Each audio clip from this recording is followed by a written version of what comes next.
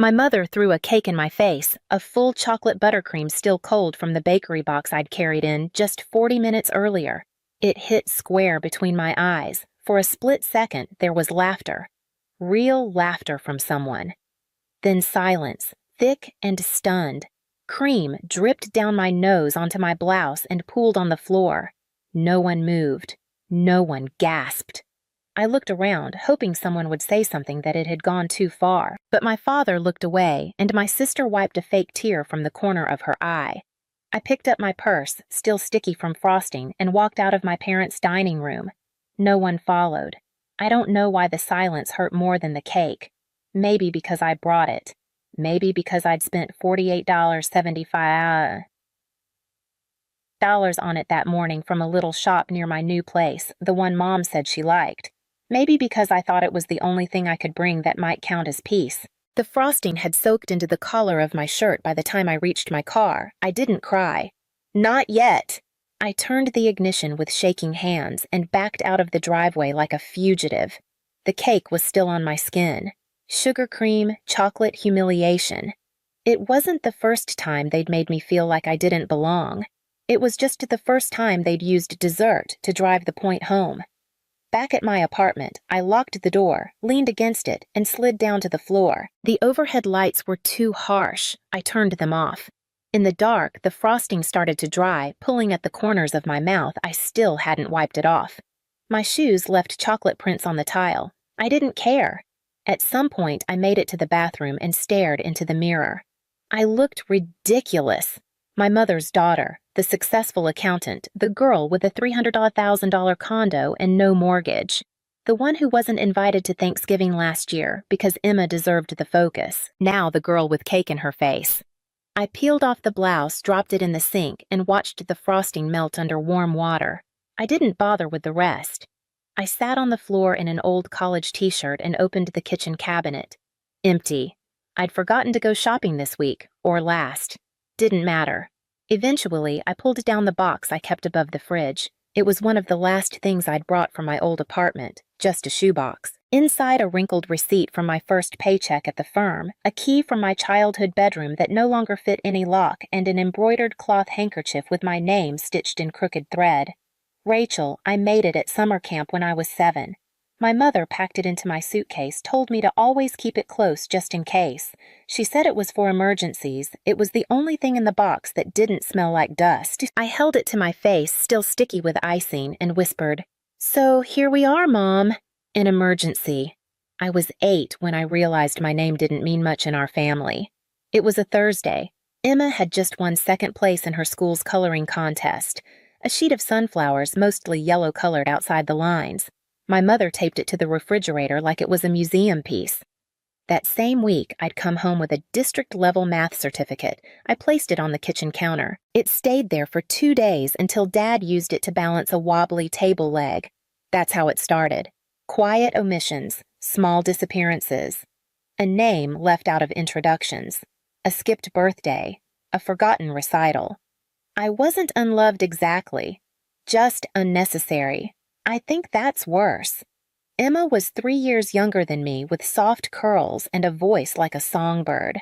She cried easily and laughed loudly and had the kind of emotional range that made grown-ups melt. I, on the other hand, was quiet, practical, organized. I preferred books to people and memorized the Dewey Decimal System just for fun. At family dinners, Emma always sat between Mom and Dad. I sat at the edge of the table next to Great Aunt Merrill, who smelled like peppermint and never remembered my name. When we both had performances the same weekend, Emma's dance recital and my debate finals, guess which one my parents attended? "We can't be in 2 places at once, honey," Mom said. "You understand, right?" I did. I always did. At 16, I passed my driver's test on the first try. I came home, excited, waving the little laminated card in my hand. Emma got a car the next year for her birthday, new silver with a bow on top. I got a used bike 2 years prior. When I asked why Dad said Emma needs to get to her cheer practice, that's harder without wheels.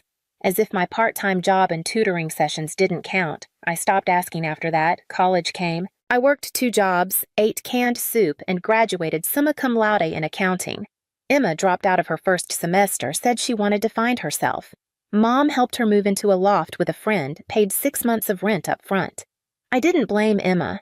It wasn't her fault she was the favorite. She didn't ask for it. She just learned how to swim in the current that always pulled me under.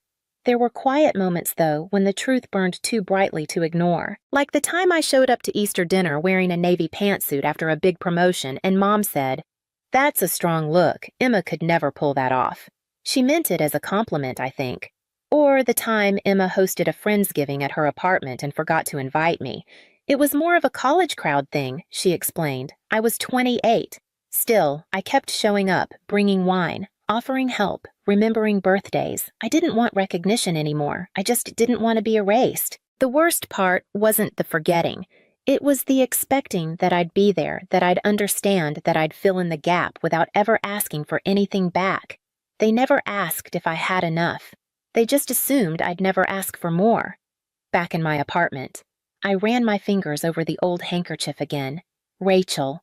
The stitching had unraveled a little at the corners. I thought of that summer at camp, the way Mom folded my clothes so carefully, the way she wrote notes on napkins back when I was still the only child. Back when she still looked at me like I was enough. I wondered when I disappeared, and who exactly she thought I had become. I stopped trying to be included. Somewhere between college and my second tax season, I learned to make peace with the silence. I poured everything into work spreadsheets, forecasts, retirement plans for people I'd never meet. Numbers were honest. They didn't forget you. They didn't play favorites. I lived in a studio apartment the size of a storage unit. It had one window, 3 working outlets, and neighbors who argued through thin walls, but it was mine, and it was cheap enough that I could save half my income. I packed lunches, reused tea bags, and declined every vacation invite. When Emma posted beach selfies in Tulum, I was updating ledgers under fluorescent lights. When my coworkers went to happy hour, I brought tax code to a laundromat. People thought I was driven, focused. The truth was simpler. I didn't have anyone to fall back on. I couldn't afford to coast. 8 years in, I had enough. Between my salary, careful investing, and a modest inheritance from my grandmother, I scraped together $300,000. I bought a 2-bedroom condo in a transitional neighborhood, not trendy but safe with creaky floors and good bones. No mortgage, no cosigner, no debt.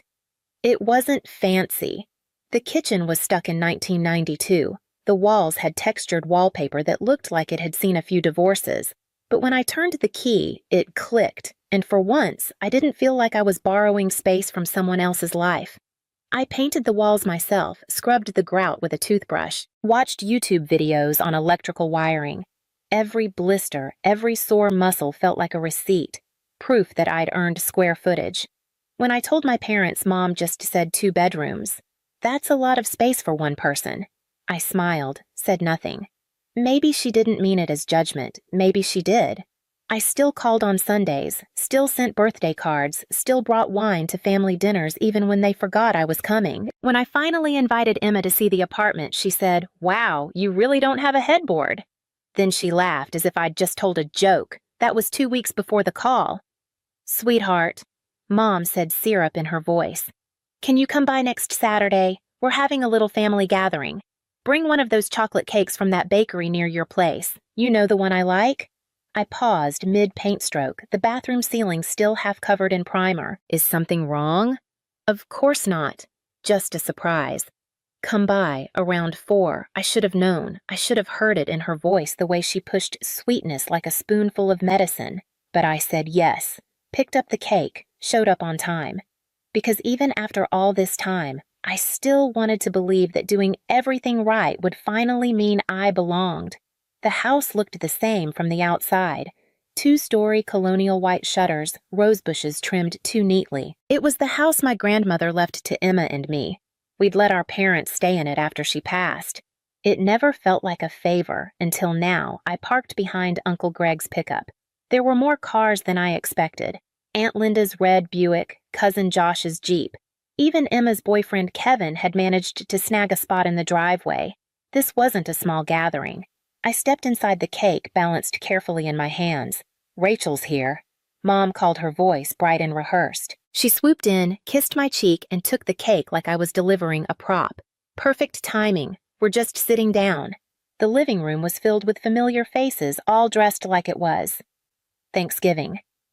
Emma sat on the couch, Kevin's hand resting protectively over hers. My father leaned against the fireplace chatting with Uncle Greg. The air smelled like pot roast and polite tension. "What's going on?" I asked Emma as I passed. She smiled vaguely. "You'll see." That should have been the warning. But I followed everyone to the dining room where Mom had laid out her best china, the kind with gold trim she only used for holidays. The cake I brought was placed in the center like a crown. Dinner passed in staged conversation. Everyone was careful, almost rehearsed. Nobody asked me about my apartment. Nobody asked me about anything. Halfway through mashed potatoes, Mom tapped her spoon against a glass. "I want to thank you all for coming," she said, beaming. "We have some wonderful news." Her eyes sparkled as she looked at Emma. "Our Emma is pregnant," she announced. The room erupted in applause. I clapped too. Despite everything, I was happy for her, maybe even proud. She'd always wanted to be a mom. And Mom continued. "She and Kevin are getting engaged. Wedding planning starts next month." More cheers. Kevin smiled like he'd won something. Emma flushed with well-practiced modesty. I leaned over. "Congratulations," I said to her, and I meant it. But then Mom raised her hand again. "That's not all." The room quieted. A few forks paused mid-air. "As you all know, Rachel recently purchased a beautiful apartment," Mom said, gesturing to me like I was part of a silent auction. "It's a 2-bedroom, very spacious. Perfect location." I nodded slowly, unsure where this was going. "She's single," Mom added with a soft laugh. "No kids, no pets, no obligations." And there it was. Emma lowered her eyes. Kevin stared at his plate. My stomach turned. "Emma and Kevin need a home," Mom said, her voice smoothing into something practiced. "Not some rental downtown. They're starting a family." Then she looked directly at me. "Rachel, sweetheart, this is your chance to show how much you love your sister. I think you should give them your apartment." The words landed like broken glass. A collective inhale passed around to the table. I stared at her, waiting for the punchline. It didn't come. "You can rent again," she added almost cheerfully. "You don't need all that space." Dad nodded in agreement. Kevin still said nothing. Emma finally looked at me, wide-eyed, pleading, embarrassed. "That's a wonderful idea," Aunt Linda chimed in. "Family helps family." I looked at the cake, the one I bought. My hands were cold. "You're not serious," I said. "Oh, but I am," Mom replied. "Emma needs it more than you." And that's when I stood up. That's when the table began to splinter, not physically, but quietly along fault lines that had always been there, and none of them even flinched. The night after the dinner, I didn't sleep. I stripped out of my clothes, still faintly smelling of pot roast and chocolate frosting, and sat on the floor of my apartment. I didn't cry. I didn't scream. I just sat there frozen like I was waiting for my body to catch up to what had happened. By morning, I had a plan. I pulled out the shoebox from above my fridge, the one with my old receipts, broken keys, and childhood keepsakes, and found what I was looking for. My grandmother's will. It wasn't a long document, just a few notarized pages.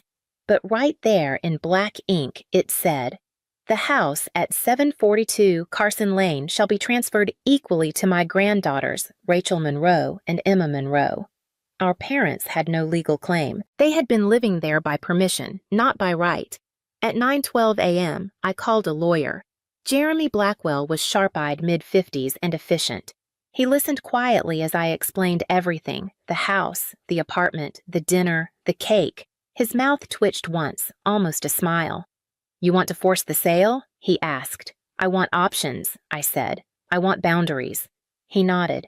"You're well within your rights." We drafted a formal notice. Emma could buy out my half at market value, or the house would be listed and sold.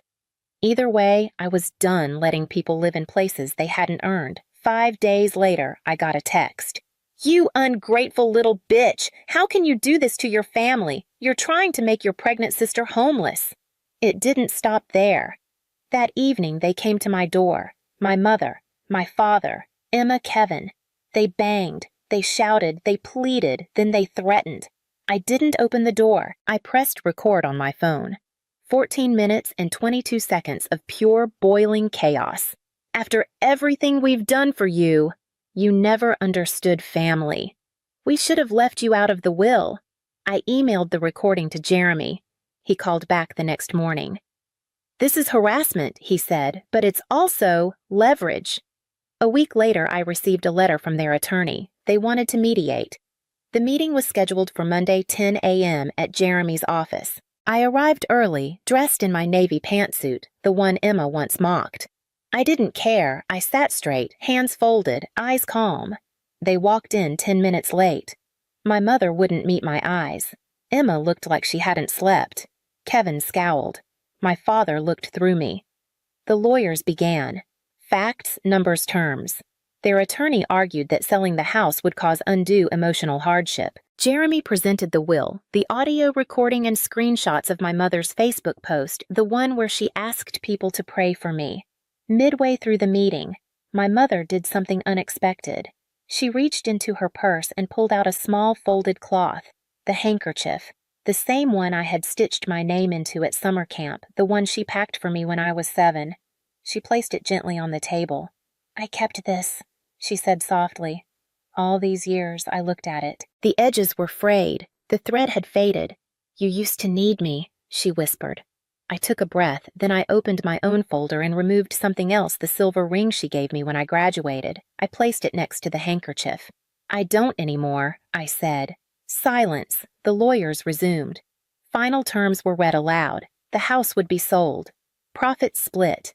No more discussion. Before we left, I looked at my mother one last time. You didn't lose a daughter, I said quietly. You lost your source. Then I stood up and walked out. The house sold faster than expected. It was a seller's market in the old colonial on Carson Lane, with its polished hardwood mature trees and familiar white shutters, went under contract in less than 2 weeks. After closing costs and legal fees, Emma and I each received just over $175,000. I never spoke to any of them again. All communication went through attorneys. When the final check arrived, I didn't even open the envelope. I handed it to my financial advisor and told her, just make it grow. According to Jeremy, Emma used her share as a down payment on a small house out in the suburbs. My parents moved in with her and Kevin, a full household now, a baby on the way, a mortgage to carry, and more bedrooms than apologies. I didn't feel anything. Not guilt, not anger, not relief. Just quiet. Back in my apartment, the renovation was nearly done. I'd replaced the carpets with oak flooring, painted every wall, and finally bought a real headboard. The kitchen was new, not luxurious, but efficient and clean. Every improvement was a quiet declaration. I did this. Not for them. For me. One evening, I stood on my small balcony with a glass of wine watching the sky turn the color of old peaches. My phone buzzed.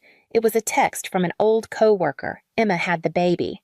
7 pounds 6 ounces. Everyone's doing well. I stared at it for a moment, and then I put my phone face down. I felt nothing.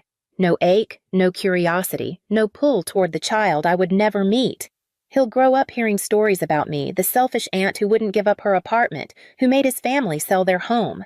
They'll never mention how they treated me for 30 years. They'll leave out the cake, and that's fine. I moved back inside and sat on my sofa, the same old one from my studio apartment, still a little lumpy but familiar. On the shelf beside me was the shoebox.